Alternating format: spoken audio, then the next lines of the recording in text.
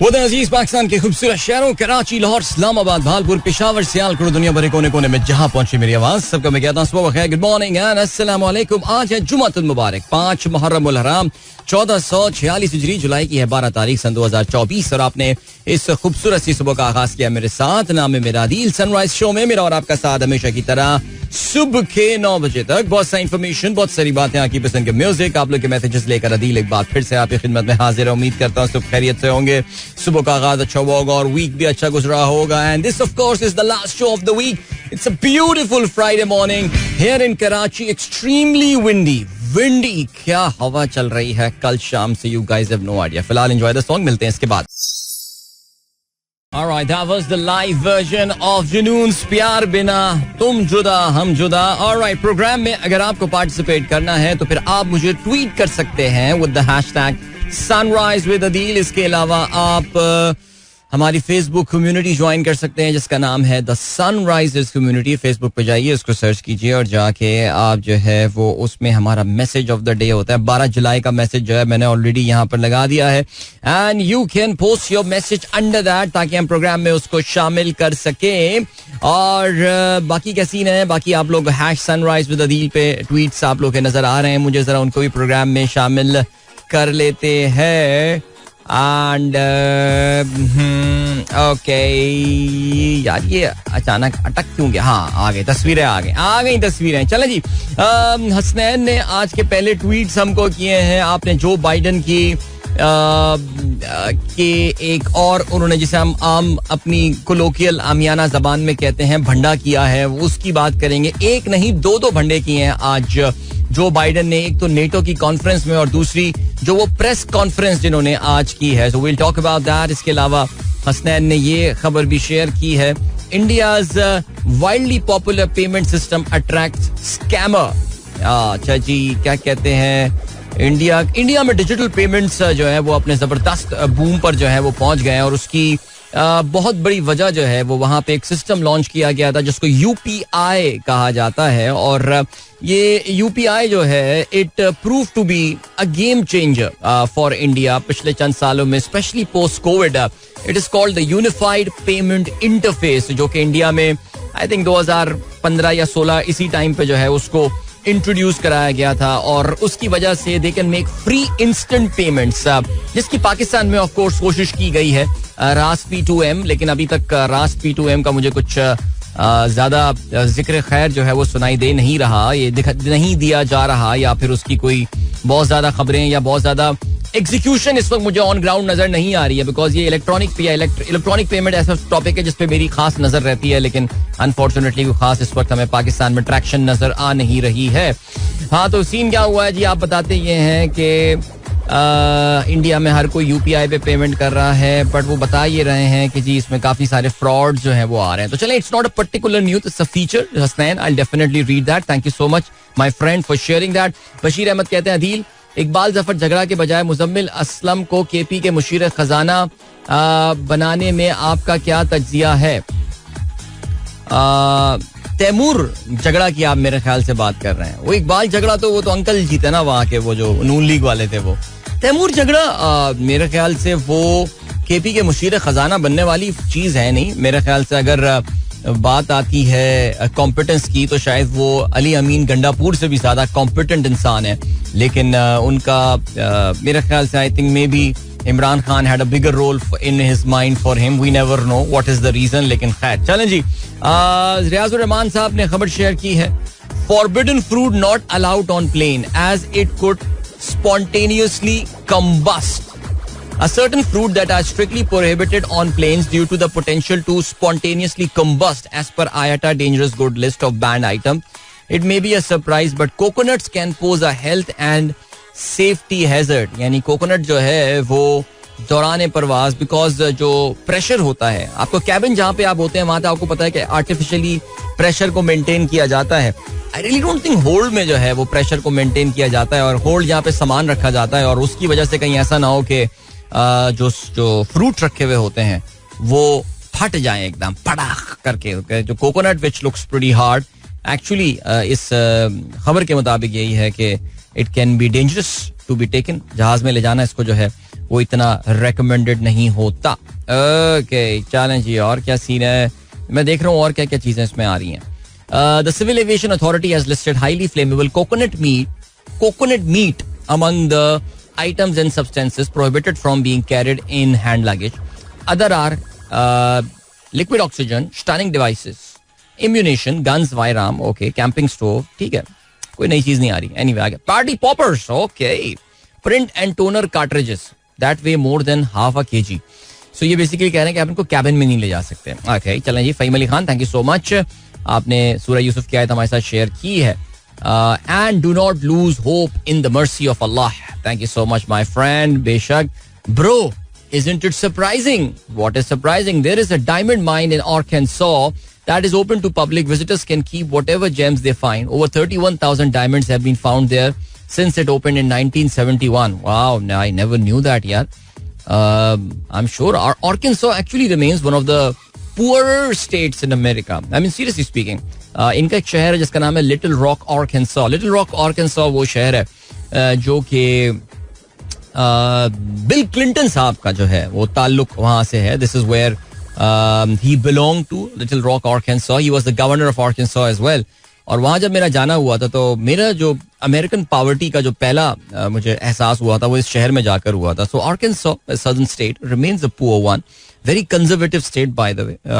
और तो फिर वहां पे तो डायमंड चुनते चुनते लोग अमीर हो जाने चाहिए. क्यों नहीं हो रहे अमीर यार? मुझे क्यों नहीं पता था इस खबर का? भाई मुझे क्यों नहीं बताया आपने आपसे 5 साल पहले? मैं एग्जैक्टली आपसे 5 साल पहले अमेरिका में ही था. तो खैर anyway, Australian soldier charge with spying for Russia. Interesting. आपने भी जावेद साहब वाली खबर शेयर की है. व्लादिमीर पुतिन कह के पुकारा बाइडन ने ज़ेलेंस्की को. हद कर दी यार, हद कर दी सीरियसली. लेकिन चलें इस पर जरा तफसील से हम आगे चल के जरूर बात करते हैं. And then we have got in 1995. ये कौन है? हसान शेख बताते हैं. Chinese seismologist successfully predicted the 1995 Myanmar-China earthquake, reducing the number of casualties to 11. That is brilliant. I never knew about that. हमेशा ये बात बोली जाती है कि earthquakes जो है उनको predict करना near impossible होता है, लेकिन आप बताते हैं कि 1995 में Chinese ये काम भी कर चुके हैं. Very good. अच्छा, अभी मैंने सुना है इस्लामाबाद में कोई बहुत ही जबरदस्त किस्म की बारिश हो रही है. आज जावेद साहब का जो है वो अलग सुबह मैसेज आया था और उन्होंने बताया था कि जी इस्लामाबाद में जो है ना वो cats and dogs, scary rain in Islamabad right now, यानी डरा देने वाली जो है वो इस वक्त इस्लामाबाद में बारिश हो रही है. तो मेरे ख्याल से अगर मैं गलती पे ना हूं कहने में तो इस सीजन की अब तक की सबसे तगड़ी बारिश जो हुई है इस्लामाबाद में वो आज हो रही है इस वक्त. वैसे भी आपको पता है कि इस वक्त इस्लामाबाद में पूरी कौम की, पूरे मुल्क की जो नजरें हैं वो इस वक्त इस्लामाबाद की तरफ जो है वो लगी हुई हैं. और उसकी वजह यही है कि आज 12 बजे एक बहुत इंपॉर्टेंट फैसला जो है आने वाला है और काफी सारे लोग, एवरीवन इज गेसिंग क्या फैसला आ सकता है, क्या होगा इस चीज के हवाले से. चलें उस पर आगे चल के जरा प्रोग्राम में हम भी कुछ बात करेंगे, बिकॉज उस पर भी बड़ी कंफ्यूजन हो गई थी ना.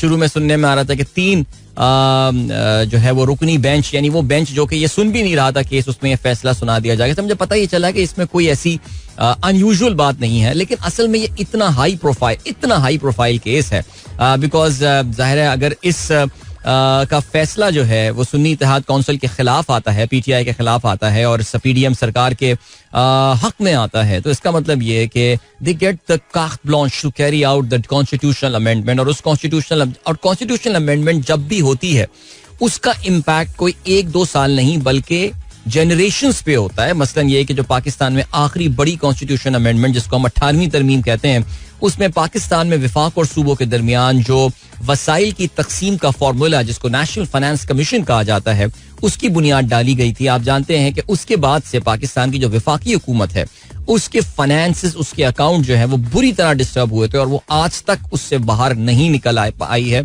अभी भी जो मैं बार बार एक बात बोल रहा हूँ कि अगर आज काजी साहब और उनके हम ख्याल जजेस जो हैं इस मामले में वो कार्ट ब्लांच दे देते हैं इस हुकूमत को कॉन्स्टिट्यूशनल अमेंडमेंट्स के लिए, तो उसका सबसे बड़ा इम्पैक्ट जो होगा वो पाकिस्तान के लीगल सिस्टम पे होगा.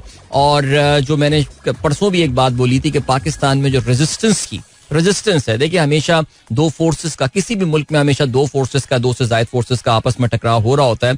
पाकिस्तान में जनरली रेजिस्टेंस से मुराद आप समझते हैं क्या होता है कि अगर आज इनको ये फैसला इनके हक में चला गया तो पाकिस्तान में रेजिस्टेंस का अगले चंद सालों के लिए जो है वो खात्मा हो सकता है. सो बहुत इंपॉर्टेंट दिन है. तो इस्लामाबाद में आज जो है वो जोरदार बारिश हो रही है और देखते हैं कि किसके अरमानों पे जो है ये बिजली गिरेगी. Let's see. वैसे मैंने अभी ये वेदर ऐप खोली है और इसमें इस्लामाबाद में तो चलें जो बारिश दिखा रहे हैं, लेकिन कराची में इस वक्त जो विंड की स्पीड आ रही है that is coming out to be 39 kilometres per our.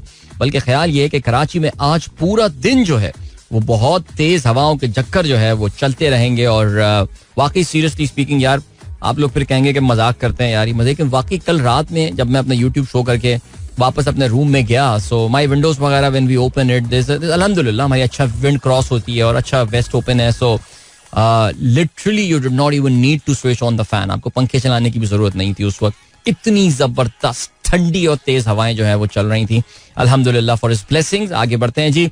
Riazur Rahman साहब ने आज एक और खबर हमारे साथ शेयर की. सर क्या बात है. कहते हैं according to data release by the flight tracking website FlightAware, a total of 1479 flights have been cancelled, with 2,254 flights delayed due to ongoing disruption caused by Hurricane Beryl across the US. जी America का जो gulf का बहुत बड़ा हिस्सा है, जिसे gulf of Mexico कहा जाता है, उसमें इस समुद्री तूफान की वजह से, जिसके बारे में मैंने आपको बताया था अब से 2 दिन पहले कि बड़ा अनयूजुअल समुद्री तूफान है, कैरेबियन वो पहले इसने मुतासिर किया, फिर उसके बाद गल्फ ऑफ मैक्सिको में आके ये कैटेगरी 1 में कन्वर्ट हुआ, लेकिन फिर उसके बाद इसने जो है वो अपनी पावर पकड़ी और एक बार फिर से इसको नमी मिली, इसको मॉइस्चर मिला और ये और काफी पावरफुल हो गया.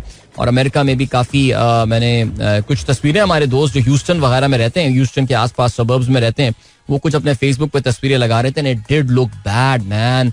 It look like these underpasses constructed by the People's Party government and all. इतना बुरा पानी वहां पे जमा हुआ था. लेकिन फर्क ये होता है कि हमारे यहाँ पानी जो है वो 10 मिलीमीटर बारिश में होता है और वहां पे तकरीबन 500-600 मिलीमीटर 700 मिलीमीटर बारिश हुई, जिसके बाद पानी जाके जमा हुआ.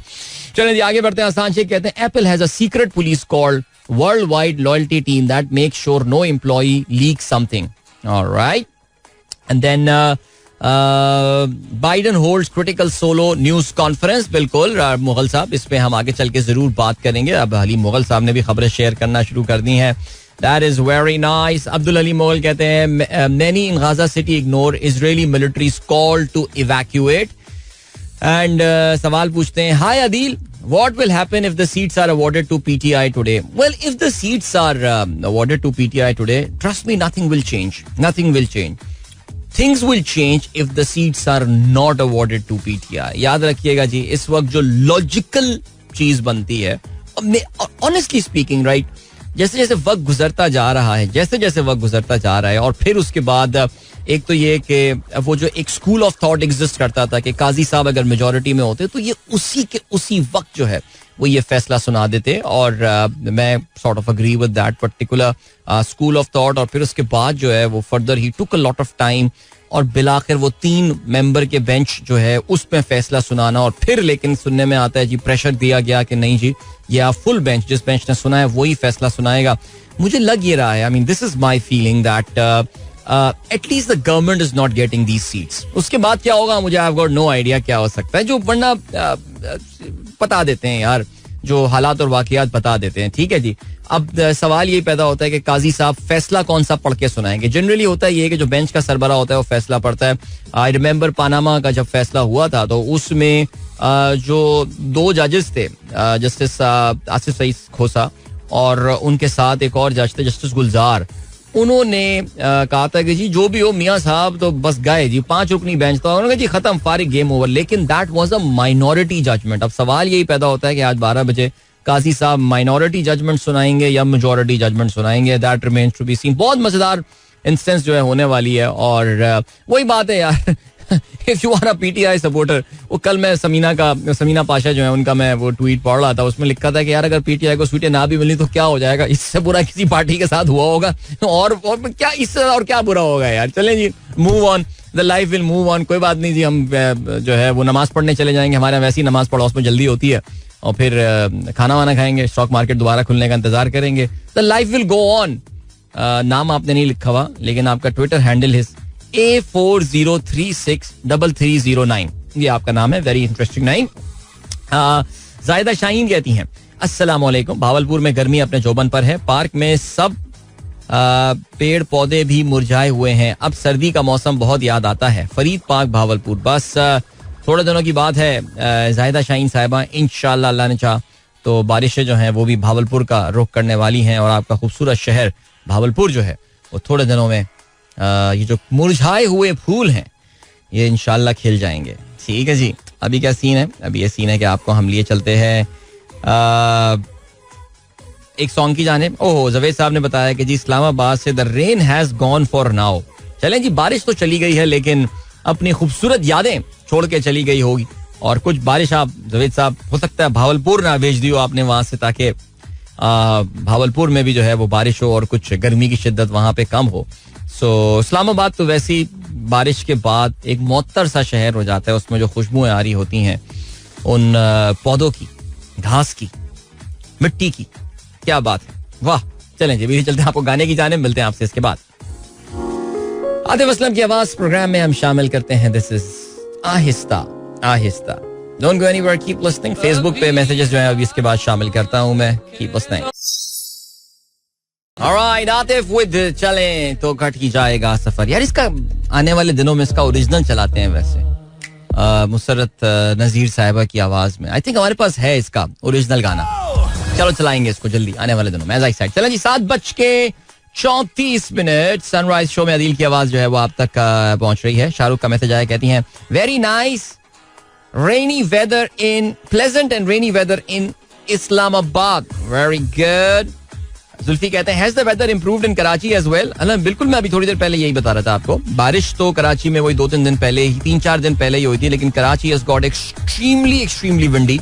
और तकरीबन पिछले कोई 17-18 घंटे से कराची में जो है वो बड़ी ही जबरदस्त हवा चल रही है.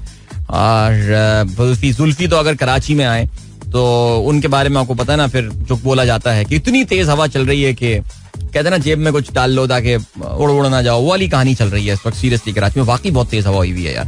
स्पेशली हमारा एक इलाका है वो जहाँ पे मैं रहता हूँ, उधर एक पराठे की दुकान है बड़ी मशहूर, जिसका मैं अक्सर जिक्र भी करता रहता हूँ. उसकी नई उसने आउटलेट खोली है यार. वो कोई ऐसा जबरदस्त विंड कॉरिडोर बनता है, ऐसा जबरदस्त विंड कॉरिडोर बनता है. यानी आजकल जो मौसम है मुझे तो लग रहा है कि पराठों की प्लेटें भी जो है वो प्लास्टिक की प्लेटें हवा में उड़ रही होंगी. मैं मजाक नहीं कर रहा, मैं वहाँ इतनी तेज उस जगह जो है ना वो हवा हुई होती है.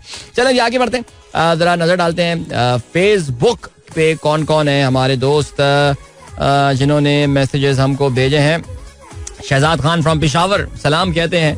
वालेकुम अस्सलाम. Noor Fatima any from Lahore. Rainy morning in Lahore as well. That is very good. अरे वाह भाई. मोहम्मद जमील साहब ने तस्वीर भी भेजी है काला शाह काकू की लाहौर में, और उन्होंने बताया ये कि भाई जबरदस्त बारिश हो रही है. Today is the birthday of my daughter Aish.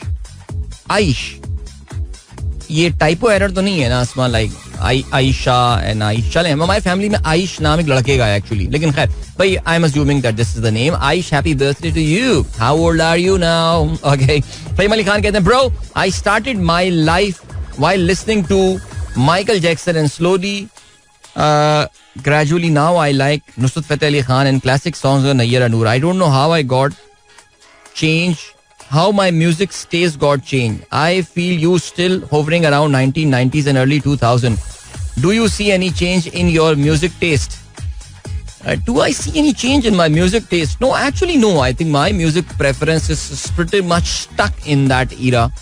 और मुझे नहीं लगता कि उसमें कोई बहुत ज्यादा तब्दीली आई है. बिकॉज यार let's be frank about something, I really feel कि म्यूजिक का जो मेयार है ना ओवरऑल वो गिर ही गया है. आई मीन अगर आप देख लें तो बॉलीवुड की भी अगर आप मूवीज देखें, my Bollywood playlist is still that 70s 80s and Kishoreda and Rafi या इवन उदित नारायण, कुमार सानू. अभी तक मेरा वही हाल है. बल्कि कभी कभार जब हमारी गाड़ी पे मेरी प्लेलिस्ट वाला टाइम आता है तो हमारे बच्चे जो है ना सारे सहम के बैठ जाते हैं कि अभी क्या गाने मुझे सुनाएंगे. तो बट उसमें ये कि नहीं I my children do like some of those songs, not Ayaan but the other two. Sara especially उसको पुराने गाने कुछ पसंद आने शुरू हो गए.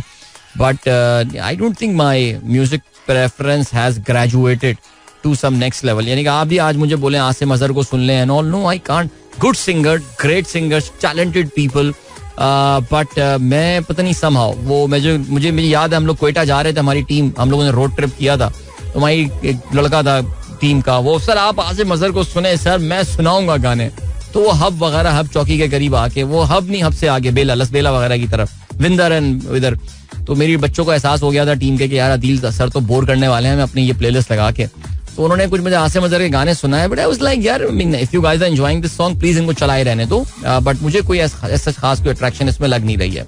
मजर पराचा फ्रॉम लाहौर कहते हैं लाहौर का वेदर, भाई खूबसूरत वेदर लाहौर का, क्या बात है. शनीला खिलजी जुमा मुबारक.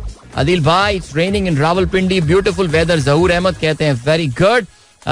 शैला अकील, डॉक्टर शैला कहती हैं अस्सलाम वालेकुम एंड वेरी गुड मॉर्निंग.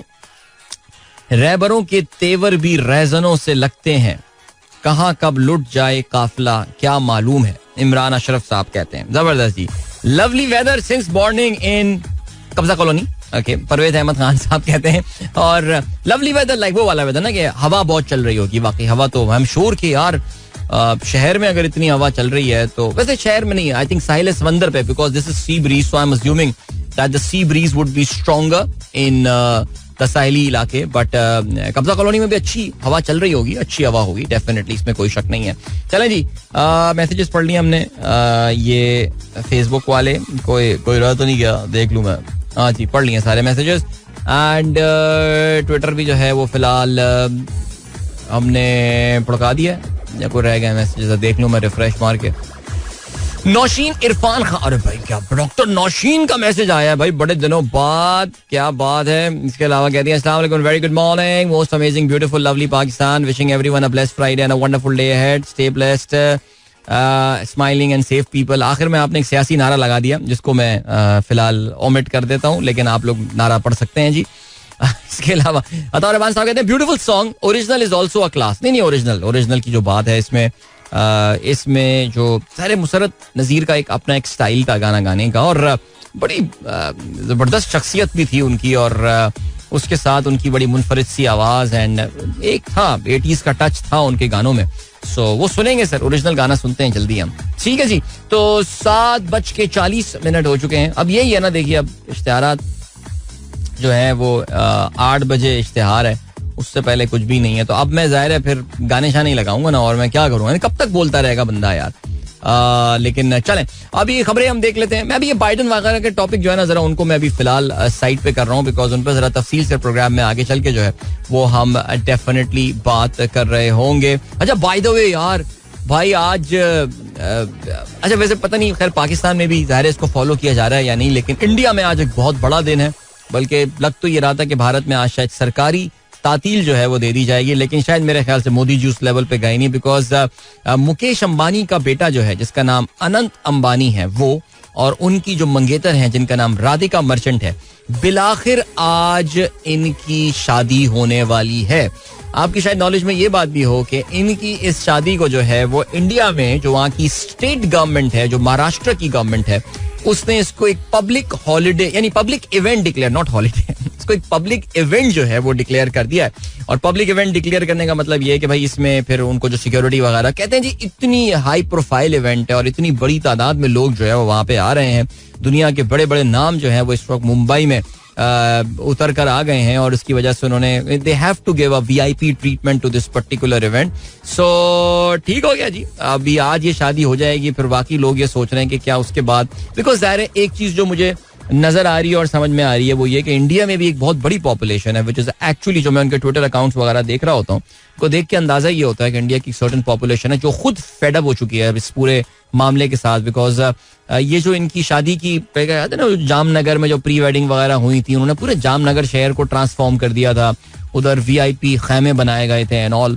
तो अब this vulgar display of wealth, so considering a country which is still predominantly a very poor country, इसमें भी मैं सुबह आज BBC पे एक तज्जिया निगार को सुन रहा था, ज्योति Malhotra, and she was saying कि not everyone is actually pissed off at these wedding celebrations और ये सारी चीजें, और उसकी वजह ये है कि रिलायंस का इंडिया की एम्प्लॉयमेंट सीन पे, और रिलायंस परिवार जो है उनका इंडिया की जो इकोनॉमिक सीन है उस पे इतनी गहरी छाप है that hundreds and thousands or maybe millions of people have come out of poverty because of this company.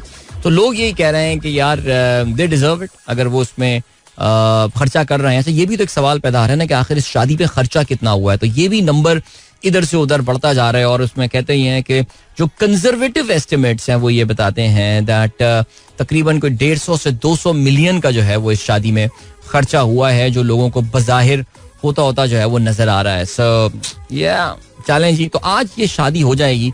अब मुझे नहीं पता कि इनका शादी के बाद कोई वलीमे वाला भी सीन होता है या नहीं, बिकॉज हमारे यहाँ तो शादी के बाद फिर एक वलीमे वाला फंक्शन भी तो होता है ना, उसकी भी तो खास तैयारी की जाती है. सूट तो उसी के लिए बनाया जाता है. लेकिन चैलेंजिंग. ऑलराइट, कहते ये हैं कि कॉर्पोरेट जेट्स रेंट हुए हैं and all. Oh my God, वैसे वाकई सीरियसली यार अभी बीबीसी पे I am just going through this page और मैं ये तस्वीरें वगैरह यहाँ पर देख रहा हूँ. सो क्या बात है जी. बिल गेट्स आए थे मार्च में एंड देन अभी तो जस्टिन बीबर आया हुआ था, याद है वो बनियान पहन के गाना गाने आया था उनके. वो वाकई बनियान पहना हुआ था और वो यही आ रहा था कि जी वहाँ पे जो अंबानी है वो पता नहीं कितने मिलियन की घड़ी पहना हुआ है और उसके बराबर में जरा सादगी देखें, कैनेडियन सादगी जस्टिन बीबर की, कि वो बनियान पहन के जो है वो गाने गा रहा था. बट खैर चलें जी. ऑलराइट, अभी आपको हम लिए चलते हैं गाने की जानिब. हम भी गाने की जानिब लिए चलते हैं आपको और एंजॉय करें सॉन्ग को. मिलते हैं आपसे इसके बाद एंड इसके बाद आके भी बातें ही करेंगे बिकॉज अभी ऐड तो नहीं है मेरे पास 7:45 तो फिर send me the messages guys. आप मुझे ट्वीट कर सकते हैं with the hashtag sunrise with Adeel. इसके अलावा आप हमारी फेसबुक कम्युनिटी ज्वाइन कर सकते हैं, सनराइजर्स कम्युनिटी. वहाँ पे आप हमारे मैसेज अपना पोस्ट कर सकते हैं. हमारा मैसेज ऑफ द डे होता है जिसके नीचे आप अपना पैगाम लिख सकते हैं. मिलते हैं इस गाने के बाद. This is blockbuster by the way, Faris Shafi and Umar Butt, Coke Studio season 15. Alright, amazing dance number. This is Blockbuster, Coke Studio Season 15, Faris Shafi and Umar Butt. And there are some ladies singing as well. I don't know the name, लेकिन बहरहाल good one. चलें जी. Doctor Ali Aamir कहते हैं यार आप सुबह गाने ना चलाया करें, हम तुम्हारी आवाज और ख्यालात सुनना चाहते हैं. गाने में वक्त गुजरता है और ऑफिस आ जाता है. वैसे मैं आपको ऑनेस्टली बताऊं डॉक्टर साहब, मैं ईमानदारी बताता हूँ, गाने शायद ज्यादा इसलिए आजकल आपको महसूस हो रहे हैं बिकॉज एक तो नंबर 1 गाने ज्यादा चल रहे हैं, महसूस होने वाली बात नहीं है. दूसरा ये है कि क्योंकि इश्तिहारात, आपको पता है कि Muharram is generally low economic activity time और उसमें ये सीजनल होता है सिलसिला. जैसे कि ईद के बाद जनरली एक लल पीरियड आता है नेचुरली बिकॉज ईद में एडवर्टाइजर्स जो है वो काफी अपना जो मार्केटिंग एक्सपेंस वगैरह है उसको जिसे हम आम जबान में कहते हैं, चले आम जबान रहने देते हैं, जिसको अपना कंज्यूम करते हैं ना अपने मार्केटिंग बजट को. सिमिलरली मुहर्रम का टाइम आपको पता है आउट ऑफ रिस्पेक्ट उसमें जरा कम जो है वो मार्केटिंग स्पेंड होता है. तो वाकई ऐसा होता है कि गुफ्तगू अगर आप ऑनेस्टली बैठ के मिनट बाय मिनट मेरी गुफ्तगू निकालना शुरू करें, मेरा ख्याल है, मैंने कभी बैठ के इसको किया नहीं है, I don't have any empirical research and numbers to prove that, लेकिन I strongly feel that it would be better, it would be higher. मैं शायद ज्यादा बोल रहा हूँ आजकल गाने चलाने के बावजूद बिकॉज इश्तिहारात ही नहीं है. That's the thing sir. चलें जी. जो बाइडेन साहब ने अब से थोड़ी देर पहले जो है आज सुबह जब मैं उठा, जब मेरा सुबह अलार्म बजता है उस वक्त मैं उठता हूँ तो उसी वक्त जैसे मोबाइल इंटरनेट खोलते हैं ब्रेकिंग न्यूज के लिए एंड ऑल, तो उस वक्त ब्रेकिंग न्यूज ये आई थी कि जो बाइडेन ने अपनी प्रेस कॉन्फ्रेंस का आगाज कर दिया. रिमेंबर मैंने आप लोगों को कल ये बात बताई थी कि जो बाइडेन एक बड़ी इंपॉर्टेंट अपनी प्रेस कॉन्फ्रेंस जो है वो करने वाले हैं आज अलग सुबह. अमेरिका में तो रात थी, हमारे लिए सुबह थी. और इस प्रेस कॉन्फ्रेंस में जाहिर है पूरी अमेरिका की नजर और बल्कि काफी सारे दुनिया में जहां कहीं लोगों को अमेरिकी सियासत में दिलचस्पी है उनकी नजर इस प्रेस कॉन्फ्रेंस में थी. ये नहीं था कि कोई बहुत बड़ा ऐलान करने वाले हैं जो बाइडेन के मैं यूक्रेन पे हमला या मैं रूस पे हमला जो है वो करने वाला हूं. लेकिन आपको पता है कि 27 जून के बाद जो इसमें जो बाइडेन जो है वो बुरी तरह नाकाम नजर आए थे स्टेज पर. नॉट जस्ट ट्रम्प बल्कि अपनी सेहत के आगे भी सरनिगू होते हुए नजर आ रहे थे. वो उनके लिए एक मौका था कि वो एक अनस्क्रिप्टेड अनरिकॉर्डेड कोई टॉक जो है मीडिया से कर सकेंगे. So he spoke for 59 minutes. I think उनके जो मेजर सपोर्टर्स हैं उनके लिए ये बहुत इंपॉर्टेंट चीज है दैट वो 1 घंटे तक खड़े रहे और बोलते रहे और मुख्तलिफ नॉन से सवाल दिए गए. इवन दो कल ही के आज ही के दिन में उन्होंने 2 मेजर जो है वो गलतियां कर दी हैं. हुआ ये कि जी आज उनकी एक प्रेस कॉन्फ्रेंस थी, एक मीटिंग थी विद ज़ेलेंस्की और प्रेसिडेंट ज़ेलेंस्की जो कि यूक्रेन के सदर हैं जो इस वक्त अमेरिका में हैं और उनको बहुत ज्यादा पैसों से जो है वो नवाजा जा रहा है. इस वक्त $40 अरब से कहीं ज्यादा अब जो है वो अपने साथ बटोर के लेकर जाना चाह रहे हैं. सो ज़ेलेंस्की को बुलाते हुए ही called him as president Putin. Would you believe, यानी ज़ेलेंस्की का सबसे बड़ा दुश्मन पुतिन और आप ज़ेलेंस्की को ही बुला रहे हैं और आप कह रहे हैं पुतिन आ जाओ, तो वही बात हो गई कि बाबर आजम का मैन ऑफ द मैच लेने के लिए आप शाहीन अशाय अफरीदी कह के उसको बुला लें. Just imagine that's the scene. फिर उसके बाद क्या हुआ, आज उन्होंने जब प्रेस कॉन्फ्रेंस का आगाज किया तो उसके शुरू में ही उनसे बंडा हो गया. और वो हुआ ये कि उन्होंने वाइस प्रेसिडेंट कमला हैरिस को जो है वाइस प्रेसिडेंट ट्रम्प कह के पुकार दिया. Would you believe, man? देखो गलतियां हो जाती हैं यार. मैं भी जब अभी शो कर रहा होता हूँ, मैंने थोड़ी देर पहले अभी जो है ना वो गलती एक कर दी थी. लेकिन वो जो असल पॉइंट है वो ये है that I am not out there to prove anyone about my mental and physical well being. लेकिन इस वक्त बाइडन के लिए ये एक बड़ा चैलेंज जो है वो बना हुआ है. अच्छा, मुझे ऐसा लग रहा था, मैंने इस तकरीर का तकरीबन I would say out of the 59 minute that he spoke, I think I heard around 25 minutes and I found, मैं वो जो उनकी गलती थी वो शुरू में कर गए थे, वो मेरे जो है वो उठने से पहले कर चुके थे, इसलिए मैंने वो सुना नहीं. लेकिन मैंने उनको जितना सुना मुझे I found it okay. मैंने कहा नहीं ठीक कर रहा है, कोई ऐसी कोई मुझे खराबी नजर आ नहीं रही है इसमें. ठीक है, I mean वो देखो एक उम्र का तो है तकाजा, आपकी आवाज बहुत होर्स हो जाती है. कुछ जगहों पे ऐसा लगा कि ये मम्बल कर रहे हैं, यानी इवन दो मेरे ख्याल से शायद मेरी अंग्रेजी एक एवरेज आदमी की तरह मैं इंग्लिश समझ लेता हूँ, कोई अगर कोई और एक्सेंट में अमेरिकन एक्सेंट में बोल रहा होता है.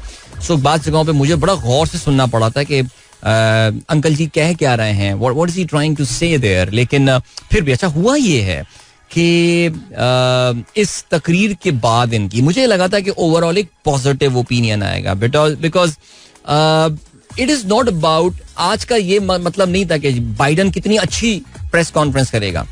आज ये था कि बाइडन कितनी कम बुरी प्रेस कॉन्फ्रेंस करेगा. रिमेंबर हमारी नहीं, हमारा क्या ताल्लुक, जो डेमोक्रेटिक पार्टी के सपोर्टर्स हैं उनकी एक्सपेक्टेशन इतनी, उनका बार इतना नीचे आ चुका है कि अगर वो बिल्कुल एवरेज परफॉर्म भी कर देता तो they would have been happy. However you know what has happened, that 3 democrat congressman जो हैं वो जो बाइडन की इस प्रेस कॉन्फ्रेंस के खत्म होने के बाद से they have come forward and they have said that Biden should go.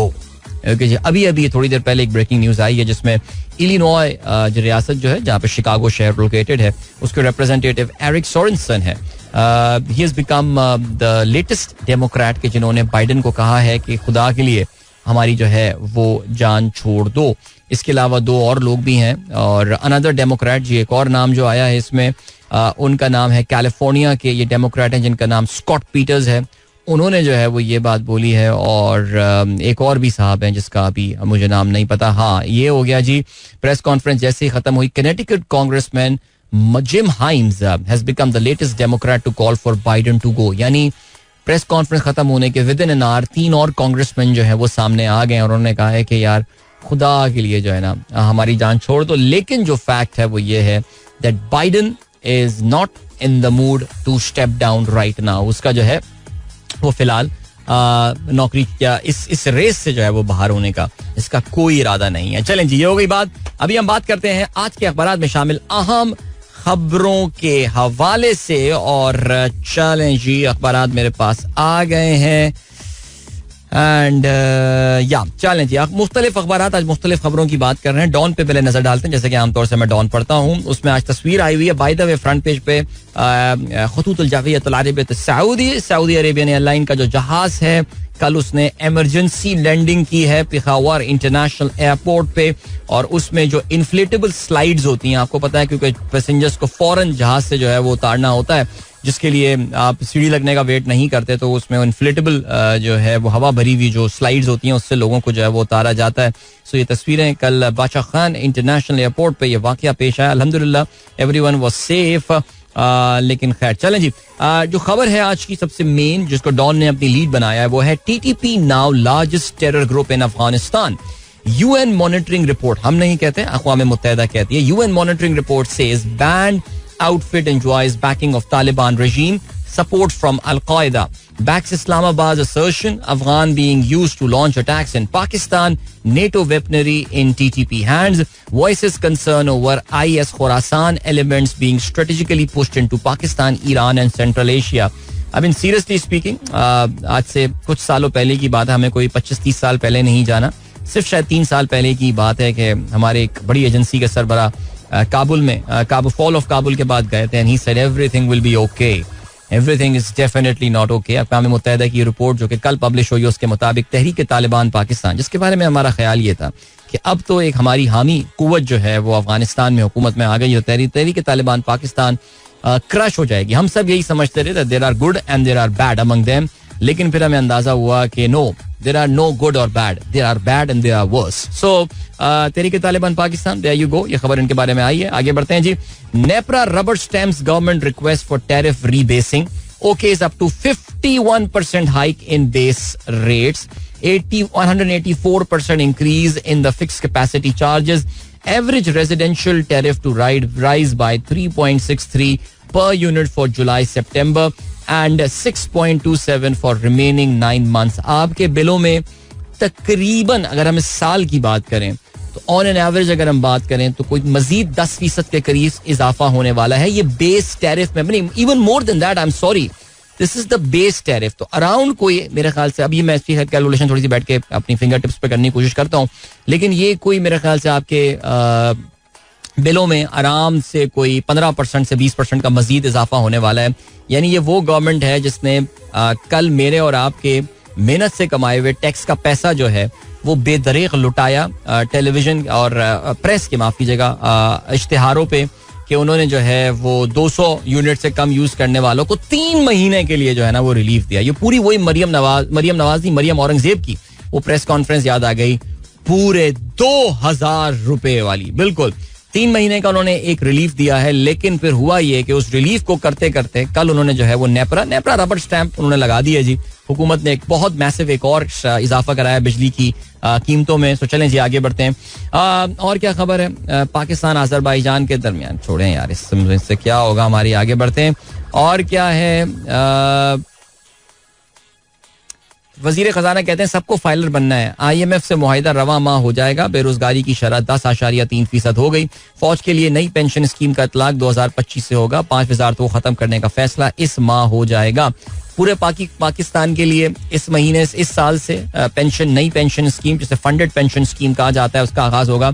लेकिन फौज को मजीद 1 साल का जो है वो इसमें जो है वो रिलीफ दिया गया है. अच्छा जी, ISI को फोन टैप करने की इजाजत का नोटिफिकेशन चैलेंज कर दिया है. और ये पाकिस्तान बार काउंसिल के कुछ मेंबरान हैं जिन्होंने इस्लामाबाद हाई कोर्ट में इसको चैलेंज किया है. आगे बढ़ते हैं जी. सुन्नी इत्तेहाद काउंसिल मखसूस नशिस्तें मिलेंगी या नहीं, सुप्रीम कोर्ट आज फैसला सुनाएगी. चीफ जस्टिस की जेर सदारत 13 जजों का एक और मशावरती इजलास. हम सुबह बात कर चुके हैं. यानी ये जिसे कहना चाहिए कि बहुत ही अनप्रेसिडेंटेड ये केस है, और जिस पे फोकस, और जी फैसला सुनाने से पहले 2 दफा फुल कोर्ट जो है वो प्राइवेट सेशंस में बैठे हैं और वहां पे ये डिस्कशंस हुए. आई एम प्रीटी श्योर इसमें काफी शदीद इन दोनों माइंडसेट्स के दरमियान जो है वो शोर शराबा हुआ होगा. लेट्स सी क्या होता है. आगे बढ़ते हैं जी. सूबे ज़राई टैक्स बढ़ाने पर आमादा. चीन के कर्जों की रिस्ट्रक्चरिंग के लिए IMF शराइत मुस्तरद. अच्छा जी, स्टाफ लेवल मुआहिदों में रवा माह हो जाएगा. सुप्रीम कोर्ट का कहना यह है मिलिट्री कोर्ट केस में मुल्ज़मान से गैर इंसानी सलूक ना किया जाए. अगर मुल्ज़मान का जिस्मानी रिमांड खत्म हो गया तो वो जेल में क्यों नहीं, उनके साथ कानून के मुताबिक सलूक किया जाए. फौज की जेर इदारत मुल्ज़मान के साथ गैर इंसानी सलूक की शिकायत मुस्तरद. अटॉर्नी जनरल की हर हफ्ते उनकी अहल खाना से मुलाकातें करवाने की यकीन दहानी. आगे बढ़ते हैं जी. और क्या सीन है, और कोई काम की खबर हमारे पास. फैसला हमारे खिलाफ आया तो जमहूरियत का कत्ल होगा, लतीफ खोसा का ये कहना है. ये लें जी, आज भी इश्तिहारात आए हुए हैं, आज भी इश्तिहारात आए हुए हैं. 50 अरब रुपए का तारीखी रिलीफ पैकेज. सो क्या कह सकते हैं यार. देखें यार, इतनी जल्दी में वापस भी आ गया. देखें आप, देयर यू गो गाइस. खेलों के हवाले से हम बात करते हैं. Of course one big weekend this is for sports. और ज़ाहिर है स्पोर्ट्स में जो आम वीकेंड है उसमें हमें पता है कि यूरो कप का फाइनल जो है वो खेला जाएगा. यानी मंडे को जब हम शो कर रहे होंगे तो उससे एक रात पहले, यानी संडे की रात जो है वो यूरो कप का फाइनल जो है वो खेला जा चुका होगा. और ये जो फाइनल खेला जाएगा, this is going to be between England and इंग्लिस्तान का मुकाबला जो है वो होगा इसमें स्पेन के साथ. और आई थिंक इस मैच का थोड़ा बहुत हम जिक्र तो पहले भी कर चुके हैं, लेकिन definitely England will be starting as the underdogs there. Spain has been an exceptional side. यानी अगर स्पेन ये यूरो जीत जाता है तो फिर एवरीवन इज गोइंग टू से कि यार a deserving side won. जैसे अभी T20 वर्ल्ड कप इंडिया जीता and we know that India played really well across the tournament. और जो टीम across the tournament अच्छा खेलती है मेरे ख्याल से I think they deserve to win rather than having any upset. But well, England would take that upset and why not? इस वक्त जो सबसे ज्यादा हीरो बने हुए इंग्लैंड के वो इनके कोच गैरेथ साउथगेट बने हुए हैं. मैंने शायद आप लोगों से पहले भी जिक्र किया था कि इस पूरे टूर्नामेंट में गैरेथ साउथगेट की जो स्ट्रैटेजी, उनकी स्टार्टिंग लाइनअप, उनका प्लेइंग स्टाइल, उसको बरतानवी प्रेस और मीडिया में काफी शदीद तनकीद का जो है वो मुजाहरा बनाया गया है, लेकिन उसका काफी उसको निशाना जो है बनाया गया है, लेकिन उनकी टीम ने बेहतरीन मुजाहरा किया हर मैच में. और अब हुआ ये है कि नाउ ही इज गॉट, कहते हैं ना कि is got his work cut out there now. और अभी मैं साउथगेट का कल बयान भी पढ़ रहा था, इंग्लैंड के मैनेजर, और कहते हैं he has to be technically perfect to beat Spain on Sunday. Technically perfect. देखते हैं जी अब वो technically perfection जो है उनकी कहां से आती है. साउथगेट का ये भी कहना है कि 3 दफा यूरो चैंपियनशिप जीतने वाली स्पेन की टीम जो है वो फेवरेट्स हैं ये टूर्नामेंट जीतने के लिए. और इंग्लैंड का मैं आपको कल भी बताया था कि इंग्लैंड की तारीख में England is never won euro championship, कभी भी नहीं जीते हैं. उनकी तारीख में उनकी जो सिर्फ एक बड़ी कामयाबी है फुटबॉल में वो 1966 का फीफा वर्ल्ड कप है, जो कि उन्होंने अपने मुल्क में वेम्बली में इसका फाइनल जो है वो जीता था. लेकिन स्पेन की अगर आप बात करें तो स्पेशली अगर आप after the turn of the century की बात करें, then Spain is definitely one of the most competitive sides in the world. और चाहे वो यूरोपियन चैंपियनशिप हो या फिर फीफा वर्ल्ड कप हो, ज़ाहिर है आप जानते हैं इस दौरान स्पेन ने जो है वो फीफा वर्ल्ड कप 2010 में जो वाका वर्ल्ड कप हुआ था साउथ अफ्रीका में, वो ये जीतने में भी कामयाब हुए थे. इवन दो उसके बाद उनकी कोई कारकर्दगी इतनी खास नहीं रही थी. अगली बार ब्राजील में I think they went out in the group stages, और फिर उसके बाद जो है वो सेकंड राउंड में रशिया वाले और कतर वाले वर्ल्ड कप में वो बाहर रहे हैं. लेकिन अगर आप यूरोपियन चैंपियनशिप की बात करें तो 2008 में वो कामयाब हुए थे. फिर उसके बाद 2012 में जो है वो जीतने में कामयाब हुए थे. They manage to win back to back, यानी ऐसी टीम जो कि at one point in time, एक ही टाइम पे वो यूरोपियन चैंपियंस और वर्ल्ड चैंपियंस जो हैं वो भी रहे हैं, और for a very long period वो ये रहे हैं. सो ये इनकी जरा रिसेंट टाइम्स में पिछले 8-10 साल में, बल्कि 15 साल में मैं कहूँगा, they have been exceptional Spanish side. और yes, I think Gareth Southgate is absolutely right कि टेक्निकली उसको बहुत ज्यादा परफेक्ट होना पड़ेगा इनको हराने के लिए. बट इंग्लैंड के लिए what a moment this would be. I mean I just keep thinking अगर ये यूरोपियन चैंपियनशिप जीतने में शुरू हो जाते हैं, बिकॉज इंग्लैंड के लिए this would be the biggest sporting moment since 1966 without doubt. I mean इसके अलावा कोई मुकाबला हो नहीं सकता. हमें पता है यूरोप की जो फुटबॉल है वो बड़ी कंपेटिटिव फुटबॉल होती है. European countries are among the best. FIFA में सबसे ज्यादा जो है, फीफा वर्ल्ड कप में सबसे ज्यादा जो जगह मिलती हैं वो भी यूरोपियन टीम्स को ही मिलती हैं. लेकिन खैर चलें जी, यूरोपियन चैंपियनशिप का फाइनल जैसे ही खत्म होगा, अगर आप फुटबॉल के बड़े फैन हैं तो फिर आपकी नींद आप उस वक्त अब तक नींद अपनी नहीं एंजॉय कर पाएंगे, बिकॉज उसके थोड़े देर बाद ही, इसके 1 घंटे या 1.5 घंटे के बाद ही जो है, अगर if this match let's say goes all the way and like penalties पर डिसाइड होता है, तो फिर तो बस ये मैच खत्म होगा और उसके थोड़ी देर बाद ही जो है वो कोपा अमेरिका यानी साउथ अमेरिका की जो फुटबॉल चैंपियनशिप होती है, अनदर इंपॉर्टेंट फुटबॉलिंग लोकेशन. इस वक्त जो current FIFA world cup champion है उनका ताल्लुक भी आप जानते हैं अर्जेंटीना का ताल्लुक इज फ्रॉम साउथ अमेरिका. तो अर्जेंटीना और कोलंबिया के दरमियान जो है ये फाइनल होना है. पाकिस्तानी वक्त के मुताबिक जो है वो ये 5 बजे खेला जाएगा. Lot of people think this could be the last competitive game for Argentina for Lionel Messi. We never know about it, but let's see what happens. Okay जी, और क्या सीन है? और ये सीन है कि जनाब ये बात कर ली हमने जरा फुटबॉल के हवाले से. अच्छा जी, अब हम बात कर लेते हैं. अच्छा, इस over the weekend naturally Wimbledon का फाइनल जो है वो भी होना है, और देखते ये हैं कि are we going to have, आज इसकी फाइनल की लाइनअप ज़ाहिर कंप्लीट होने को है. ये देखने को मिलेगा कि क्या जोकोविच और अल्काराज के दरमियान मैच होगा या जोकोविच और डैनियल मेडवेडेव एक दूसरे के आमने सामने आएंगे. And then there is another player जिसका नाम मुझे इस वक्त याद नहीं आ रहा, तो कोई बात नहीं, चलें जी, ये हो गई बात. एंड देन ऑफ कोर्स आज इंग्लैंड और वेस्ट इंडीज के दरमियान जो टेस्ट मैच है वो भी अपने अख्ताम को पहुंच जाएगा, और जिमी एंडरसन का काबिल रश्क जो करियर है वो भी अपने अख्ताम को पहुंचेगा. ऑलरेडी आखिरी इनिंग में अपनी 2 विकेटें एंडरसन हासिल कर चुके हैं. West Indies are on the verge of a huge innings defeat there.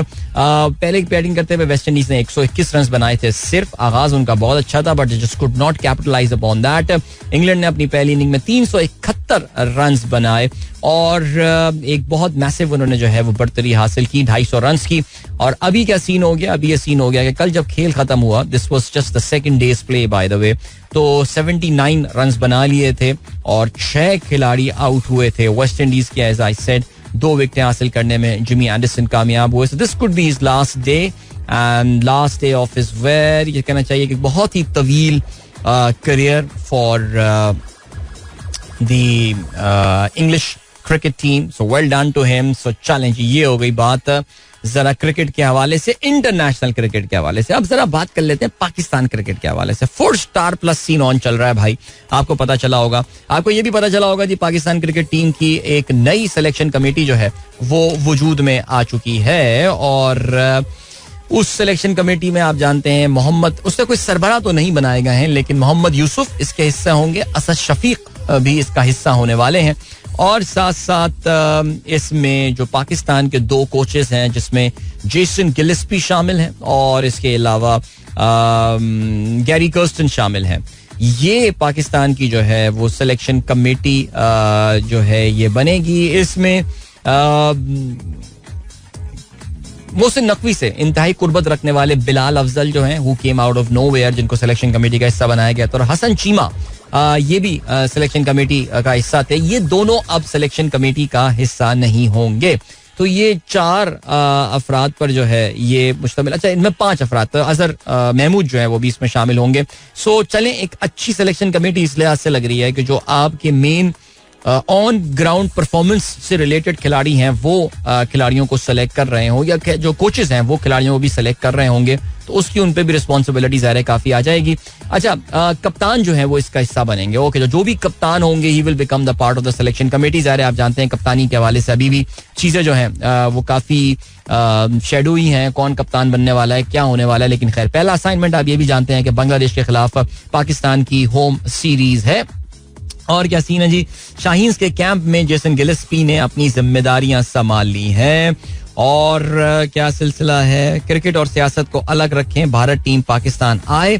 अच्छा बिल्कुल, ये आई थिंक काफी हद तक अब इंडियन मीडिया जो है वो इस पे अब काफी लाउड हो चुका है that Indian are in no mood of coming to Pakistan. वो पाकिस्तान चैंपियंस ट्रॉफी खेलने नहीं आएंगे, और चैंपियंस ट्रॉफी ना खेलने की वजह से जो है वो कहते ही हैं, जिन्होंने आईसीसी को खत लिखेंगे कि जी पाकिस्तान में खेलना उनके लिए सेफ नहीं है. कल मैं यूट्यूब शो में भी यही बात कर रहा था कि यार इंडिया ये रबिश नॉनसेंस रहने देना कि पाकिस्तान में सेफ्टी नहीं है, सिक्योरिटी नहीं है, फलाना नहीं है, धमाका नहीं है. यार बात बड़ी सिंपल है, बोल दो भाई हमें पाकिस्तानी क्रिकेट को तबाह करना है, इस वजह से हम पाकिस्तान खेलने नहीं आएंगे. इतनी भी हिम्मत नहीं है ये बोलने की, लेकिन खैर चलें जी, कोई बात नहीं.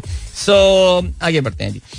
हाँ भाई, bye the way, world cup से शिकस्त के बाद, जो श्रीलंका T20 वर्ल्ड कप में शिकस्त के बाद वनिंदु हासारांगा जो कि कप्तान थे श्रीलंकन टीम के, उन्होंने अपने ओहदे से इस्तीफा दे दिया. यानी देखें यार, ये होती है ना बात, 3 फुल टाइम आईसीसी के मेंबर्स, जिसमें से 3 जो है नहीं पहुंच पाए थे into the second round, into the super 8, जिसमें न्यूजीलैंड था, श्रीलंका था और पाकिस्तान था. इनमें से न्यूजीलैंड के केन विलियमसन, श्रीलंका के हासारांगा ऑलरेडी अपनी कप्तानी छोड़ चुके हैं. लेकिन ये सिर्फ नौसत जो है ना वो हमारी टीम के साथ है कि जी यहाँ पे जो है ना, जब तक जलील करके निकाला ना जाए, मैं हमेशा ये बात बोलता हूँ, बाज़ लोगों को मेरी ये बात जो है ना वो बुरी लगती है, लेकिन वाकई जब तक इस तरह से ना निकाला जाए तब तक ये निकलते नहीं है. सो देखते हैं जी क्या रहता है सिलसिला.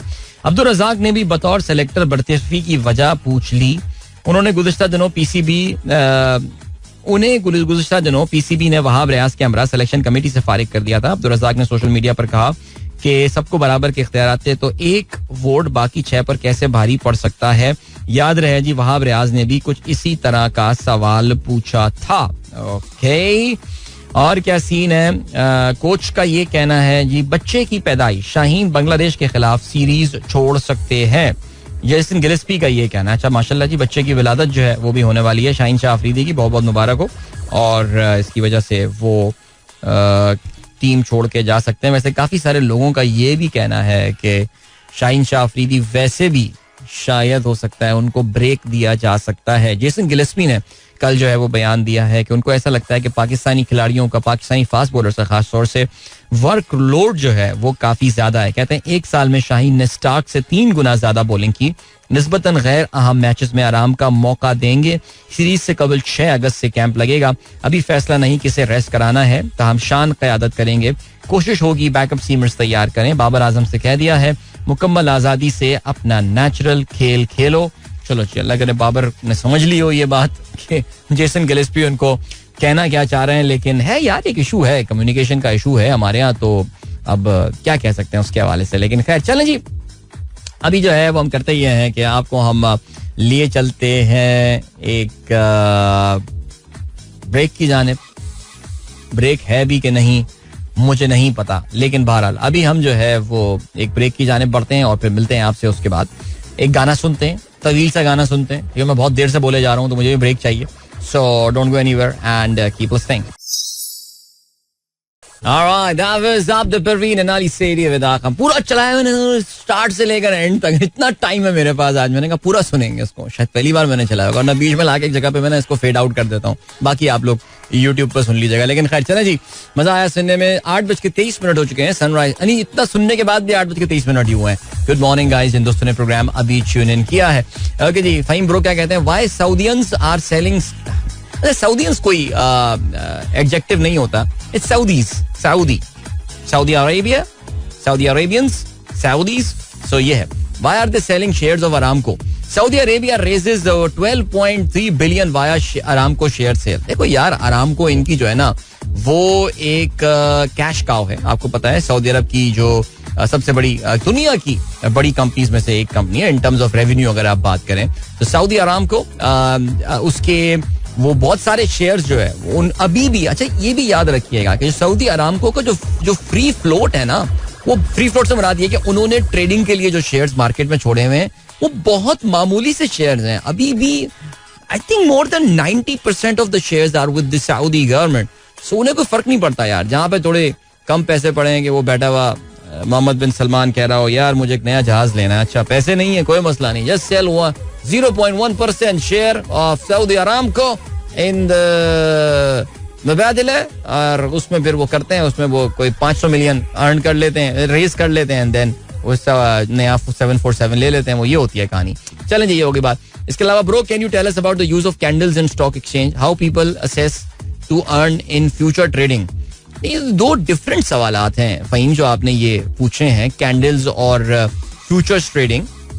कैंडल्स जो है वो एक इस्तिलाह है जो कि इस्तेमाल की जाती है टेक्निकल रीडिंग में of any particular asset class. अब वो कमोडिटीज भी हो सकती हैं, वो स्टॉक्स भी हो सकती हैं, वो करेंसीज भी हो सकते हैं, वो क्रिप्टोज भी हो सकते हैं. तो कैंडल्स बेसिकली सिर्फ आपको बता ये रहा होता है कि जी प्राइस वेरिएशन ऊपर से नीचे कितनी प्राइस जो है वो गई है. इसको ज़ाहिर है उसके डिफरेंट पैटर्न्स असेस करके बहुत सारे लोग जो आपके टेक्निकल रीडिंग करते हैं शेयर्स की, वो बताते हैं कि ये शेयर कितना ऊपर जा सकता है, कितना नीचे गिर सकता है, कहाँ सपोर्ट है, कहाँ रेजिस्टेंस है, क्या टारगेट प्राइस है, क्या स्टॉप लॉस होने चाहिए एंड स्टफ. सो ये इस पे मैं आपको मशवरा ये दूंगा फहीम, इस पे there are some amazing tutorials available on YouTube.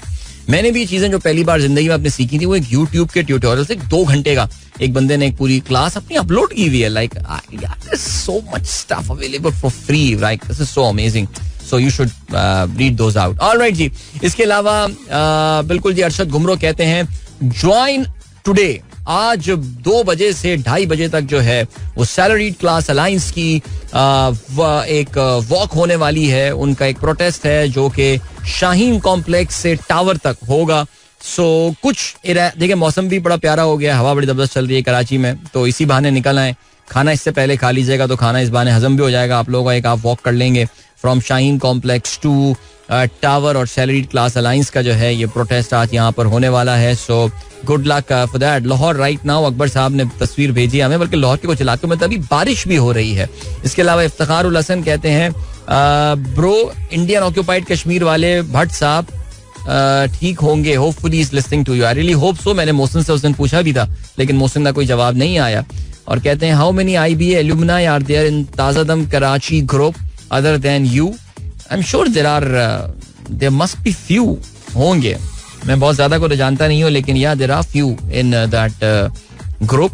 Have you ever taught in IBA? नहीं, I have never taught in IBA. मैं अपने आप को इस काबिल ही नहीं समझता यार कि मैं पढ़ा सकूं, सो मैं कैसे पढ़ाऊंगा वहां पे. ओके जी, happy birthday Sanjay Manjrekar, born 12th of July 1965, played 37 tests and 74 ODIs, first Indian to score test double century in Pakistan, first Indian to score test century in Zimbabwe.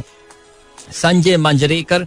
अब से कुछ दिनों पहले हमने सुनील गावस्कर की जो है वो बर्थडे का जिक्र किया था. अब संजय मंजरेकर, यानी वो एक इंडियन, ये जब गावस्कर साहब के करियर का अख्ताम हो रहा था, तो अगर आपको याद हो, ये 3 क्रिकेटर्स जो हैं मुंबई से आए थे जिनको लग रहा था कि who is going to be the next Sunil Gavaskar, जिसमें of course Sanjay Manjrekar was there, Sachin Tendulkar and Vinod Kambli, these 3 players. And then of course Sanjay Manjrekar, बहुत ज्यादा उन्होंने क्रिकेट नहीं खेली, but Tendulkar of course, Kambli ने भी ज्यादा, कांबली की फॉर्म भी खत्म हो गई थी, लेकिन Tendulkar went on to become perhaps much bigger than what Gavaskar ever was. इसके अलावा भाई फरहान क्या कहते हैं,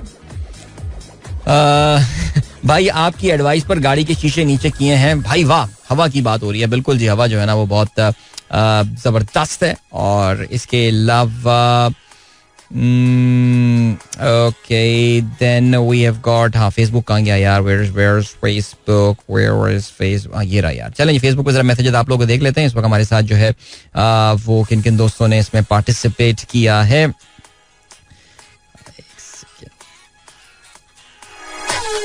ओके, मोहम्मद अशफाक साहब कहते हैं, I am not a regular football fan follower, but I remember correctly England lost the previous one. जी बिल्कुल, इंग्लैंड जो है वो फाइनल में यूरो कप के हार गया था और इटली से उनको जो है वो शिकस्त का सामना करना पड़ा था. अब उनको मौका मिला है कि फाइनली वो यूरो चैंपियनशिप जो है वो जीतने में कामयाब हो सकते हैं. इस्लामुल हक, थैंक यू सो मच, बहुत शुक्रिया. शाहीन ताहिर कहती हैं, pleasant rainy morning in Lahore. RUSA, बहुत शुक्रिया. शाहीन कहती हैं, जो बाइडन मेड अ मिस्टेक, हमारे PM में भी स्पीकर को दुपट्टा पहनने को बोला. नहीं, हमारे तो प्राइम मिनिस्टर साहब शबाना को याद करते रहते हैं. लाहौर में शानदार अब्रालूद सुबह. Ahmed Zafar, thank you, listening to your show in Islamabad today, weather is awesome. Ashfaq Janjua sahab कहते हैं, enjoy your stay sir. Ejaz Zeeshan Khan Chachar कहते हैं, yesterday lost the patient despite the best effort. Sometimes you feel too low on these patient leaving, but it's a part of our routine. Please pray for him. अल्लाह करीम. जी बिल्कुल, आपने गलबन कल या परसों message करके बताया था आपके ICU में जो पेशेंट थे, बिकॉज डॉक्टर एजाज जो है उनकी ड्यूटी ICU में ही होती है. और definitely give your best, I am sure, but जब इंसान का वक्त लिखा होता है तो फिर आप बड़े बेबस और मजबूर इंसान अपने आप को महसूस करता है. लेकिन बस यही जिंदगी का कारखाना है, चल रहा है जी. अल्लाह ताला की तरफ से अल्लाह ताला मग़फ़िरत फरमाए आपके उन पेशेंट की, आमीन. इसके अलावा मोहम्मद फ़हीम कहते हैं, अस्सलाम वालेकुम, today is federal board matric result. Those who fail should not get worried and just enter politics and rule the country. यार वैसे वाकई कितने how things have changed in recent times ना. एक जमाना था कि हम मिडिल क्लास फैमिलीज में भी ये जो मैट्रिक का रिजल्ट और इंटर का result, what an important day that used to be. लेकिन अब जो है वो CIE के रिजल्ट जो होते हैं वो इम्पोर्टेंट बन गए हैं कि उनके पास ईमेल्स आएंगी और रिजल्ट उनको मिल जाएगा. How much of our education even we have imported. I mean, it is imported education. I mean, with all due respect, the sort of fee that the children pay to give these exams. Oh my God. All right. Strongest sign of aliens. James Webb Telescope discovers an exoplanet with gases produced by living beings on Earth. Scientists suggest otherwise. Okay, चलें जी, पढ़ लेते हैं इसको यार, क्या सिलसिला है. और इसके अलावा, my son is travelling to Serbia as coach of Pakistan national debate team to participate in world school debate competition. Wish him luck. It is said that zero state patronage for these activities and only private individuals or companies can support this. बिल्कुल आपने दुरुस्त फरमाया Sadia. But my best wishes to your son. Serbia, inshallah he will do good. And whatever history that country has, but Serbia is a very, very beautiful place, and I'm pretty sure your son would love the time spent there. All right, हबीब अली मोहम्मद साहब की आवाज आपने सुनी. What a beautiful song this is. और I'm sure आप लोगों ने भी इस गाने को एंजॉय किया होगा जैसे मैं एंजॉय कर रहा था. नहीं, मैं ऑनेस्टली गाने को ज्यादा गौर से नहीं सुन रहा था. मैं I was listening to someone else. I mean, believe it or not, अजीब सी बात लगेगी और please don't judge me for that. I was listening to Ahsan Iqbal साहब. कल वो कामी भाई के शो में आए हुए थे और उसमें उनकी जो है ना वो बातचीत चल रही थी एहसन इकबाल साहब, और बड़े सख्त सवालात कामरान खान ने उनसे पूछे, बिकॉज आप ये जानते हैं कि पाकिस्तान का जो एनर्जी क्राइसिस इस वक्त है उसके यानी जो हमारी कैपेसिटी पेमेंट्स एंड ऑल उसके मेमार जो हैं उन लोगों में से एहसन इकबाल एक हैं, शाहिद खान अब्बासी। अब तो खैर ज़ाहिर आपको पता है कि वो अपने हाथ पांव धो चुके हैं, बिल्कुल क्लीन ड्राई क्लीन होकर आ गए हैं नई पार्टी के क़याम के साथ।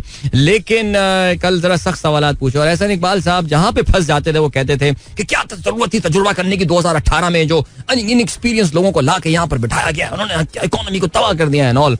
मुझे नहीं पता कामरान खान ने, क्योंकि वो एडिटेड इंटरव्यू था, मुझे नहीं पता कामरान खान ने उनसे बोला कि सर खुदा का खौफ करें, माफ कर दें सर, अब निकल आए, अब उस हुकूमत को गए हुए 2.5 साल हो गए, क्या कर लिया आप लोगों ने उसके बाद भी। लेकिन बहरहाल चलें जी, सीन आपको पता है क्या है, सीन ये है एहसन इकबाल साहब और चंद एक और लोग जो हैं वो इस वक्त चीन में मौजूद हैं और चीन को वो ये कह रहे हैं कि खुदारा कुछ रहम करें हम पे, ये जो हमारी बड़ी बड़ी कैपेसिटी पेमेंट्स हैं इस पे जो है ना वो हमें ज़रा रहम कीजिए, ताकि वरना हम जो है वो काफ़ी मुश्किल में फंस सकते हैं। और देखते हैं अब कि चीन जो है इस हवाले से कुछ करता है या नहीं, बट लेट्स सी। चलें जी, इसके अलावा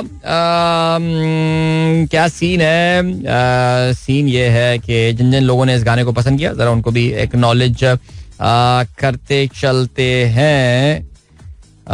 हबीब वली मोहम्मद फ्रॉम वली का टेक्सटाइल, बिल्कुल आपने सही फरमाया जवेद साहब, नो डाउट अबाउट दैट। और यार अब तो you play Indian song, get started from Kishore या whenever you could. Shariq Izwai sahab कहते हैं नहीं सर मेरे इख्तियार में ये चीज़ है नहीं और मैं कोई ऐसी चीज़ करूंगा नहीं जो कि जब तक मुझे हेडक्वार्टर से जो है वो परमिशन इसकी जो है वो नहीं मिलती है। अच्छा जी, शोएब चौधरी साहब कहते हैं this is the best version of this song, no doubt about that. And then we have got Rana Saifuddin like this song too. और जबरदस्त जी, क्या बात है, she has got some beautiful memories attached to this song as well. Doctor Farah appreciates the song too, thank you so much, very kind of you, and I'm sure there must be more people जो कि इस गाने को पसंद कर रहे होंगे, and why not. चलें जी, अभी इत्तेफाक से मैं अभी अपनी जो है ना वो एक सोशल मीडिया प्लेटफॉर्म की टाइमलाइन पर गया और वहां पर इस वक्त जो बाइडन साहब जो हैं वो छाए हुए हैं जो बाइडन साहब। अच्छा चलिए, मैसेजेस आए हुए हैं। आसिफ साहब कहते हैं अस्सलाम वालेकुम, माशाल्लाह क्या हाल है सर आपके, बिल्कुल ठीक। आसिफ मंसूर साहब कहते हैं Habib Wali Mohammad the great, no doubt sir. Asif Jalil sahab कहते हैं हैवी रेन इन लाहौर, जबरदस्त। सर ये स्टॉप लॉस एटसेट्रा टर्म भी डिफाइन कर दें। स्टॉप लॉस एक आराम से एक होती है, एक सर्टेन प्राइस आप डिसाइड कर लेते हैं जिसपे आप कहते हैं कि बस अब मैं इससे ज्यादा नुकसान नहीं बर्दाश्त कर सकता। यानी वो एक ऐसी प्राइस होती है जिसपे आप एक पर्टिकुलर शेयर से, कमोडिटी से, किसी भी स्क्रिप्ट से आप जो है वो निकलना चाहते हैं और कहते हैं यार मैंने ये 40 रुपए का शेयर लिया, मैं इसमें स्टॉप लॉस जो है ना वो 32 रुपए लगा देता हूँ और या 35 रुपए या 36 रुपए लगा देता हूँ, यानी मैं इतना लॉस ही ले सकता हूँ, इससे मैं फिर नीचे फर्दर लॉस नहीं लूंगा और आप जो है वो उससे निकल जाते हैं। टारगेट प्राइस ये होती है कि वो प्राइस जिसपे आप डिसाइड करते हैं कि यार यहाँ पे ले जाके मैं प्रॉफिट जो है बुक करूंगा, सिंपल सी बात है। अच्छा जी, फहीम अली खान कहते हैं bro no this is a sentimental message, I never saw a teacher like you. Your way of explaining things is brilliant. Thank you so much यार, रुला दिया आपने मुझे। Shazia Faisal thank you so much, बहुत शुक्रिया आपके मैसेज का। लेकिन चलें, जहां तो मैं बता रहा था कि डोनाल्ड ट्रंप तो नहीं, जो बाइडन साहब, देखिए मैंने भी गलती वही कर दी जो आज सुबह डोनाल्ड ट्रंप ने की है। हमने सुबह भी बात कर रहे थे लेकिन जस्ट इनके बताया चलूं, आज बड़ा इंपॉर्टेंट दिन था और उनका जो बड़ा इंपॉर्टेंट दिन था वो इस लिहाज से था कि उन्होंने आज प्रेस कॉन्फ्रेंस से खिताब किया। इंपॉर्टेंट प्रेस कॉन्फ्रेंस थी जो बाइडन की, जो कि 1 घंटे पर मुहित प्रेस कॉन्फ्रेंस थी। And you have got to say that उसमें एक के अलावा कोई बड़ा मेजर इंसिडेंट जो है वो नहीं हुआ। एक जो मेजर इंसिडेंट इसमें हुआ था वो ये हुआ था कि उन्होंने अपनी वाइस प्रेसिडेंट कमला हैरिस को वाइस प्रेसिडेंट डोनाल्ड ट्रंप कह के पुकार लिया।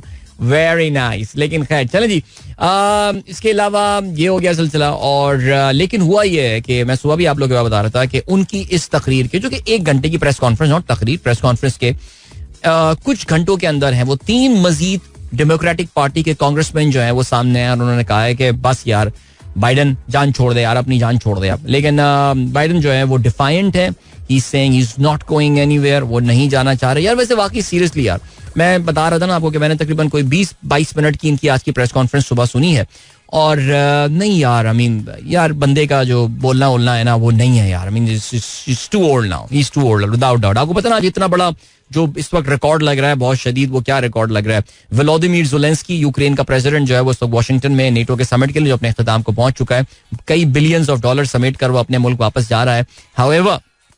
हाउएवर व्लादिमीर ज़ेलेंस्की जो है, उसको जब बात करने के लिए बुला रहे थे जो बाइडेन साहब, तो व्लादिमीर ज़ेलेंस्की को उन्होंने पुतिन कह के बुलाया. I would like to invite President Putin. वो President Putin वो कह रहा है, no, I'm not Putin.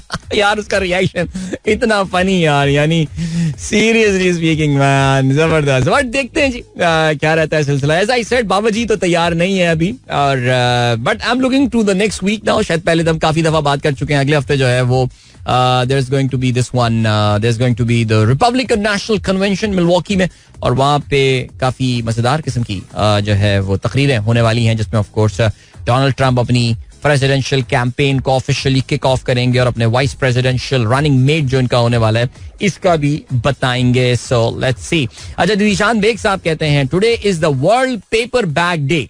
World Paper Bag Day is celebrated every year on the 12th of July.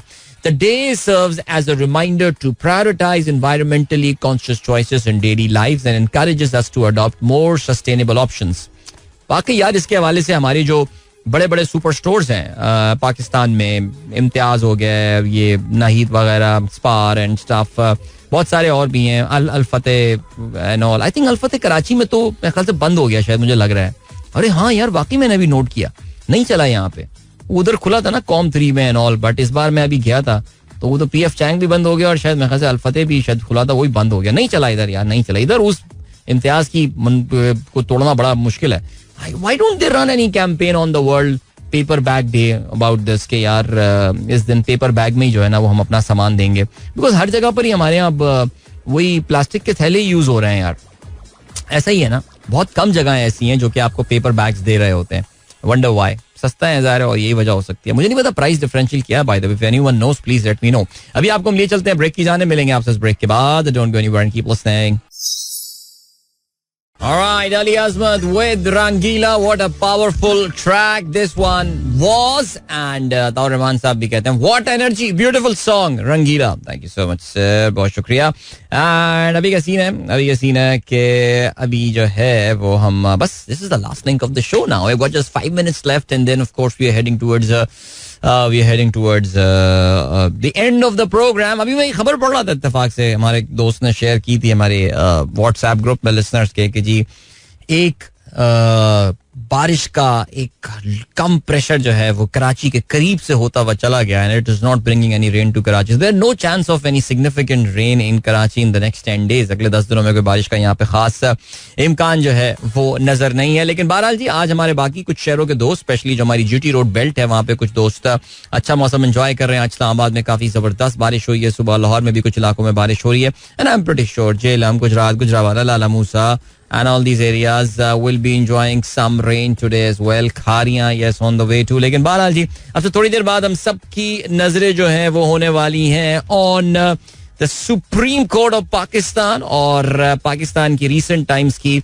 सबसे हाई प्रोफाइल केस की का जो है वो महफूज शुदा फैसला आज सुनाया जाएगा. वैसे महफूज फैसला सुनने में ऐसा लगता है जैसे कि फैसला डिसाइड हो गया हो, लेकिन आप देखते हैं कि जितना टाइम लिया जा रहा है, आमतौर से इन फैसलों में इतना टाइम नहीं लिया जाता, बल्कि यहाँ तो सिचुएशन एक मौके पे तो ऐसी थी कि इस बेंच के एक जज ये कह रहे थे कि अभी सुना देते हैं फैसला, लेकिन फिर आपको पता है कि उसको सुनाने में अब काफी दिन लग गए हैं. और अजीबो गरीब, यानी इसमें भी अजीब कंफ्यूजन हुआ. पहले ये पता चला कि जी एक 3 रुकनी बेंच में ही काजी साहब जो है वो ये फैसला सुना देंगे. एक 3 रुकनी बेंच ऑफ कोर्स जो जस्टिस अफगान और अकील अब्बासी साहब के साथ इनका बना हुआ है, काजी साहब के साथ, वो मिलके इसमें फैसला सुना देंगे. मेरा मतलब है काजी साहब अनाउंस कर देंगे, बिकॉज आमतौर से जो बेंच का सरबराह होता है वो इसका फैसला सुना रहा होता है. लेकिन फिर रात गए, एक और तकरीबन कोई रात को 9:15 के करीब, 9:15 9:30 के करीब एक और नई सप्लीमेंट्री कॉज लिस्ट जो है वो इशू होती है सुप्रीम कोर्ट ऑफ पाकिस्तान की, जिसमें बताया जाता है कि ये फैसला एक्चुअली अब 12 बजे होगा, और वही 13 के 13 जजेस जिन्होंने इस केस को सुना था वही इसका फैसला करेंगे. जाहिर है इस वक्त भरपूर गुफ्तगू चल रही है कि इसका फैसला क्या होने वाला है. हर कोई अपना पर्सपेक्टिव, अपना पॉइंट ऑफ व्यू जो है वो इस चीज के हवाले से बता रहा है. लेकिन जो चांसेस नजर आ रहे हैं, जो वाइब्स आ रही हैं फिलहाल, वो यही है कि एटलीस्ट ये जो माले गनीमत है ये गवर्नमेंट को तो मिलता हुआ फिलहाल नजर नहीं आ रहा. अच्छा, इसमें फिर एक और भी पॉइंट आता है, वो ये आता है कि काजी साहब आज जब फैसला सुनाएंगे तो क्या वो माइनॉरिटी जजमेंट, अगर फर्ज करें काजी साहब खुद माइनॉरिटी जजमेंट का हुए, तो क्या वो माइनॉरिटी वाला पार्ट सुनाएंगे या फिर वो मेजॉरिटी जजमेंट वाला जो है वो पार्ट सुना रहे होंगे. That remains to be seen. Because जाहिर है आज सुबह भी जो पहली चीज मैंने बात की थी वो यही की थी कि बहुत कम फैसले होते हैं ऐसे फैसले जो कि पाकिस्तान के आइन में तरमीम का दरवाजा खोल दें. यानी पाकिस्तान के आइन में जब तरमीम की बात की जाती है तो उसका जो इम्पैक्ट होता है वो कोई 1 महीने 4 महीने 1 साल 2 साल नहीं बल्कि आने वाली जनरेशन्स पे होता है. मैंने आपको एग्जांपल 18वीं तरमीम की दी थी कि 18वीं तरमीम के बाद जो नेशनल फाइनेंस कमीशन बना था उसका जो एक इम्पैक्ट हुआ था वो यही हुआ था कि पाकिस्तान में जो विफाक है उसके रिसोर्सेज का, उसकी जो रिसोर्स जो वो मोबिलाइज करता है उसका बहुत बड़ा हिस्सा उसको सूबों को देना पड़ जाता है. सूबे मेहनत बिल्कुल भी नहीं करते बिकॉज उनको घर बैठे बैठे खाने की जो है वो आदत हो चुकी है. ये 18वीं तरमीम का जो है वो एक बहुत बड़ा तोहफा था जो कि ऑफ कोर्स उस वक्त के जो लोग थे वो समझते थे कि हम बहुत बड़ी खिदमत कोई पाकिस्तान के आइन की कर रहे हैं. बिकॉज आपको पता है एक एंटी इनकम्बेंसी उस वक्त एक मूड था. मुशर्रफ साहब जिन नए नए फारिग हुए थे, लोग समझते थे कि जमहूरियत पाकिस्तान में सही मानों में आ गई है, जरदारी साहब पाकिस्तान में जमहूरियत की खिदमत करेंगे, वो और मियाँ साहब बैठ के जो है पाकिस्तान को आगे लेकर जाएंगे. लेकिन ये तो फिर कुछ सालों बाद जाके अंदाजा हुआ कि 18वीं तरमीम में माशी फ्रंट के नाम पे खास तौर से पाकिस्तान के साथ क्या खिलवाड़ और क्या खेल हो गया है. सो ये जब भी आप दरवाजा खोलते हैं, देखो उस वक्त तो चलो जो भी आप कहें 2008 के वो प्रीटी फेयर इलेक्शंस और जो भी इलेक्शन जीत कर आए थे फेयर एंड स्क्वायर, उनके पास 2/3 मेजोरिटी थी. लेकिन अभी एक माइनॉरिटी गवर्नमेंट को जो है वो महज टेक्निकलिटीज की बुनियाद पर अगर आप 2/3 आइन में तरमीम का जो है वो इख्तियार दे देते हैं और फिर आपको पता है कि पाकिस्तान, वो तो ये पहले ही बोल चुके हैं कि हम एक आईनी पैकेज ला रहे हैं जिसमें जुडिशल निज़ाम को जो है वो काफी उसमें छेड़छाड़ की जाएगी. सो ये तो खैर हुकूमत से मुझे लगता है शुरू में थोड़ा सा भंडा हो गया था, लेकिन उसका जो इम्पैक्ट होगा वो आने वाले कई सालों दहाइयों पता नहीं कब तक जो हमें नजर आएगा. वल्लाह आलम, अल्लाह करे कॉमन सेंस प्रिवेल हो. वैसे तो अल्लाह ताला मुझे लगता है इस मुल्क से कुछ नाराज ही है, लेकिन फिर भी उम्मीद हमें नहीं छोड़नी चाहिए. दुआ हम यही करते हैं कि जो कुछ हो पाकिस्तान के हक में बेहतर हो. वक्त आ गया आप लोगों से इजाजत ली जाए. अपना बहुत बहुत ख्याल रखिएगा. इंशाल्लाह मेरी आप लोगों से मुलाकात अब होती है मंडे मॉर्निंग एक बार फिर. Till then good bye, God bless, अल्लाह हाफिज एंड पाकिस्तान जिंदाबाद. This is Mira FM 107.4.